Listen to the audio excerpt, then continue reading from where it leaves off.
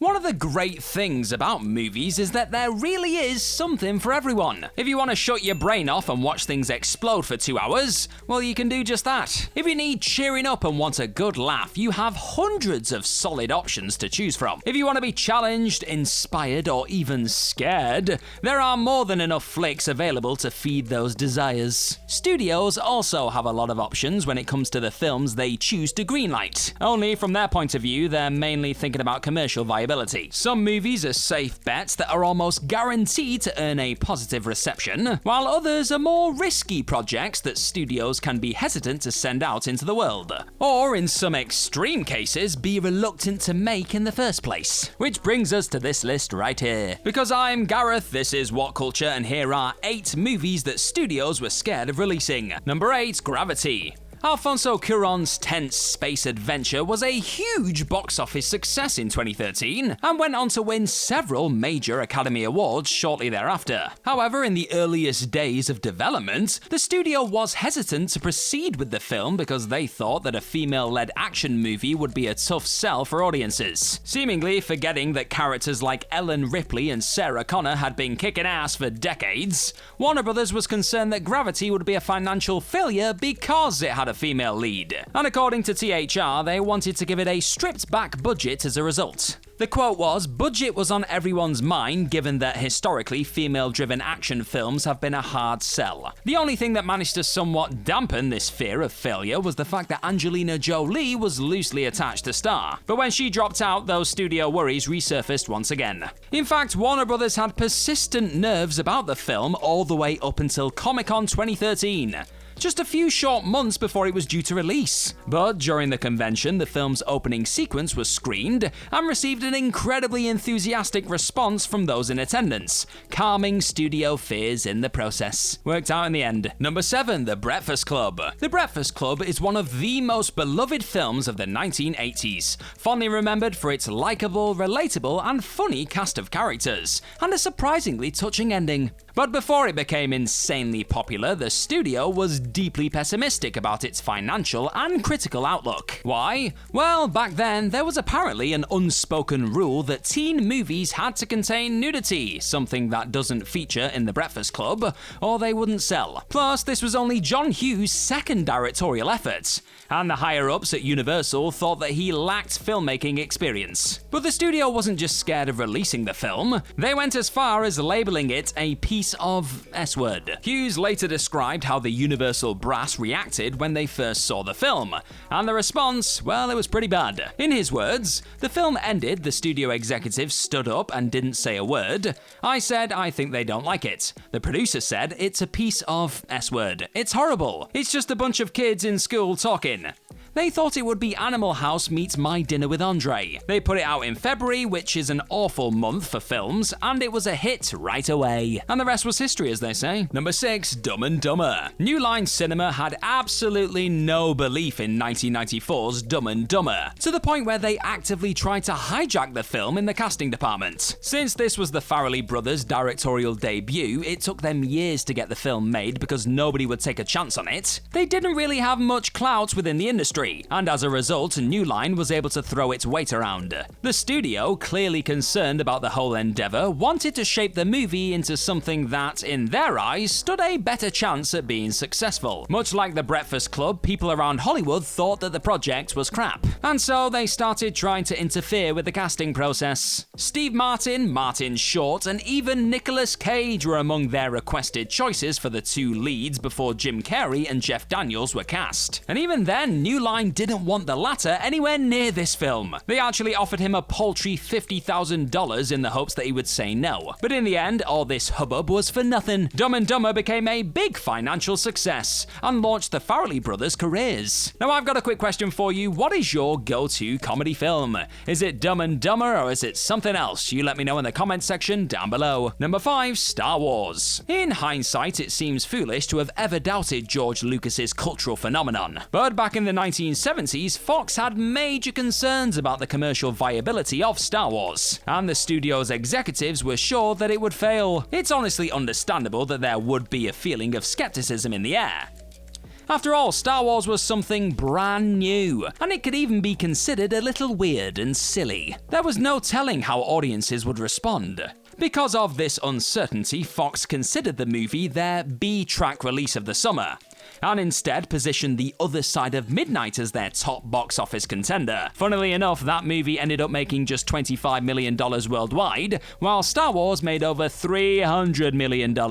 One studio executive even had to convince the rest that the film would be a success. In a memo penned by Peter S. Myers, Fox's VP of domestic distribution at the time, he assured skittish board members that the public would be electrified with the film, and that Lucas had crafted something truly special. Even Lucas himself, fearful of failure, was preparing to head to Hawaii when the movie released, to remove himself from any possible negativity. But ultimately, none of these concerns were necessary. Star Wars went on to become one of the biggest entertainment brands in history, and it's now got its own What Culture channel, which you should go and check out right now. Or maybe not right now, maybe wait till the end of the video then go. Number 4, the interview. The absolute chaos that the interview caused in the weeks leading up to its release gave Sony a splintering headache as they tried to deal with it. But oddly enough, it was the studio itself that was largely responsible for the whole mess. During the script development phase, Sony executives were in full support of the project, and bizarrely, it was even them who suggested that the film be centered around Kim Jong-un, initially a fake dictator and a fake country we used.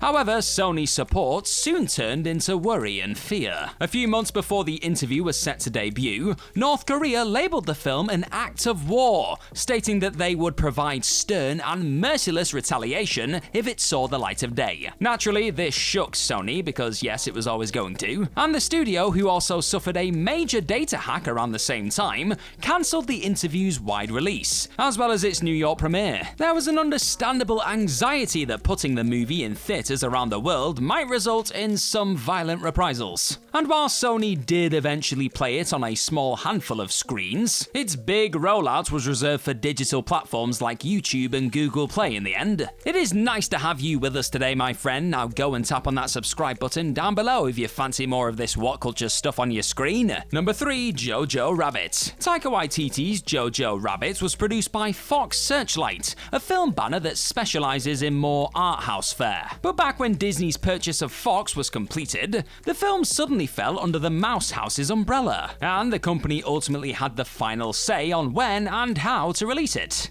Now, a story about a child whose imaginary friend is Adolf Hitler doesn't exactly scream Disney, does it? And that's exactly why some of the studio's top brass were worried about letting it loose on the world. In a report, Variety spoke about how Disney was displeased with the box office results that Fox's films had generated since the two companies merged. Turning to Searchlight's oddball release, the site noted that Disney executives were audibly uncomfortable with the film, fearing that it might end up alienating Disney fans.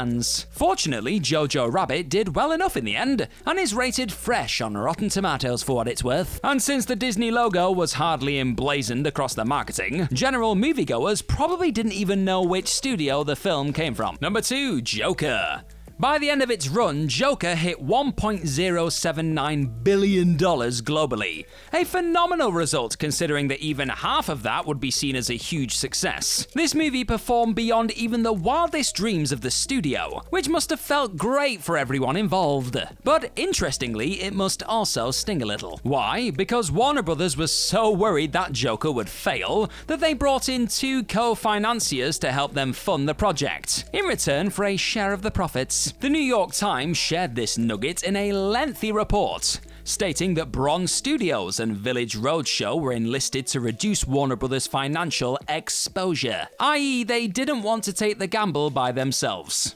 But why exactly was the studio so concerned? Well, supposedly senior executives were fearful about the level of violence in the film, worried that it might generate negative word of mouth and even provoke some real-life violence. Again, the report stated, Joker is also causing deep unease. Some people, including a few rank-and-file employees on the Warner Brothers lot, worry that the violent, hyper-realistic movie is potentially dangerous. That rather than critiquing the societal failings that have given rise to America's mass shooter crisis, the film legitimizes such atrocities and could provoke more of them. Thankfully, those worries were unfounded. All Joker did was deliver a great movie for viewers to chew on, and each studio involved made a tidy bit of cash for itself. And number 1, Rocky. The Rocky franchise is one of the most iconic in cinematic history, but just getting the series off the ground in the first place proved a massive challenge, like running up some steps. Studio United Artists, which was worried about its financial outlook, strongly opposed the making of the film,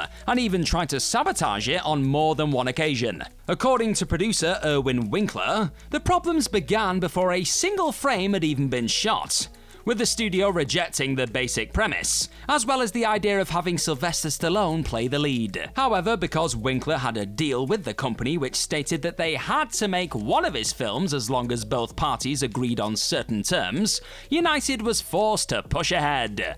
But they didn't like that fact, and they made their disdain known. Attempting to wriggle out of the deal, the studio offered Winkler $2 million to make the movie, $500,000 more than the deal stipulated, so that they could say, "Oh look, this movie is costing too much, sorry, no deal." However, Winkler countered by saying that he would make the movie for $1 million instead, and United reluctantly agreed. Next, in a truly ballsy move, one of the studio's executives went behind Winkler's back and attempted to buy the script off Stallone for $250,000. This way, they would have owned the script and been able to do whatever the hell they wanted with it. Fortunately though, Stallone rejected this offer despite being broke at the time. Things didn't get any easier from here either, as the studio put financial restraints on the filmmakers, demanded that the film be shot in no more than 25 days, and slashed the budget down to $950,000. Even when the movie was completed, United only put it on 2 theater screens, almost embarrassed to send it out into the world.